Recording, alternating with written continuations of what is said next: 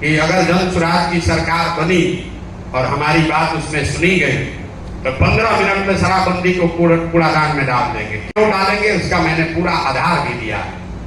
दुनिया में किसी भी समाज में, देश में, राज्य में आज तक इस बात का प्रमाण नहीं है कि शराबबंदी के जरिए समाज का भला हुआ हो। और ये प्रयोग बिहार में नहीं हो रहा है, पहले अमेरिका में भी हुआ है, कई यूरोपियन कंट्रीज ने यह प्रयास किया, इस देश में भी अलग अलग राज्यों ने प्रयास किया, किसी को सफलता नहीं मिली। और ये बात का कहीं कोई प्रमाण नहीं है कि देश में शराबबंदी के जरिए आप समाज का विकास कर सकते हैं। दूसरी बात, जो लोग ये कहते हैं कि गांधी जी ने ये कहा, गांधी जी ने ऐसा कहीं नहीं कहा। हमने बहुत गहराई से इस चीज को पढ़ा है। गांधी जी ने शराबबंदी को सामाजिक प्रयास के तौर पर बताया।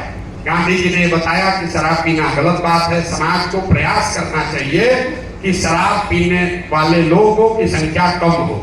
गांधी जी ने, और हम रोज चुनौती दे रहे हैं गांधीवादियों को भी, और इस देश में जो यहाँ राज्य में जो सो कॉल्ड नीतीश कुमार है उसके सलाहकार हैं, कि आप मुझे गांधी का लिखा हुआ वो लाइन दिखाइए, वो वाक्य सुनाइए जहां गांधी जी ने कहा है कि सरकार को कानून बनाकर शराबबंदी लागू करना चाहिए। गांधी जी ने ऐसा कभी नहीं कहा।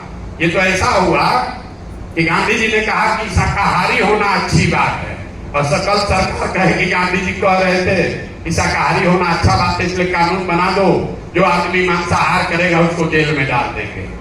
तीसरी बात कि इस गरीब राज्य में अगर मान लीजिए 1 मिनट को कि शराबबंदी के कुछ फायदे हैं भी, तो शराबबंदी लागू होगा तब तो फायदा होगा। शराबबंदी लागू कहाँ? शराबबंदी के नाम पर शराबों के दुकान बंद कर दिए गए, होम डिलीवरी चालू हो गया।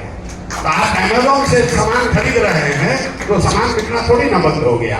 तो मैं तो रोज कहता हूँ नीतीश कुमार का अमेजोन और फ्लिपकार्ट मॉडल है जिसमें दुकान बंद और होम डिलीवरी चालू। और इस वजह से बिहार के लोगों का हर साल 20,000 करोड़ रुपए का नुकसान हो रहा है। जरा आप अंदाजा लगाइए, 20,000 करोड़ रुपए का सरकार का नुकसान हो रहा है। और वो पैसा कहां जा रहा है? वो पैसा जा रहा है भ्रष्ट माफिया के पास, भ्रष्ट अफसर के पास। और यही नहीं, पूरा प्रशासन जो है, लॉ एंड ऑर्डर की समस्या आपको दिख रही है, ये 16 से बिगड़ने स्थिति शुरू हुई, क्योंकि पूरा प्रशासन, पुलिस व्यवस्था सिर्फ शराबबंदी लागू करने, शराबबंदी से पैसा वसूलने, शराबबंदी को छिपाने, शराबबंदी को बढ़ाने में लगा हुआ है। आप जानकारी के लिए यहाँ कुछ लॉयर भी होंगे, उनको पता होगा शराबबंदी जब से लागू हुई 6,36,000 से ज्यादा केस हुए, 1,23,000 से ज्यादा लोग अभी अंडर ट्रायल जेल में हैं, और 1,23,000 में ज्यादातर लोग गरीब और वंचित, दलित, पिछड़ा समाज का आदमी है जिसके पास बाहर निकलने का साधन नहीं है, और जिसके पास पैसा है वो शराब माफिया बन के अपना पैसा कमा रहा है। और ये सारा चीज आपने क्यों किया? महिलाओं के नाम पर। तो सबसे ज्यादा प्रताड़ित तो महिला ही है।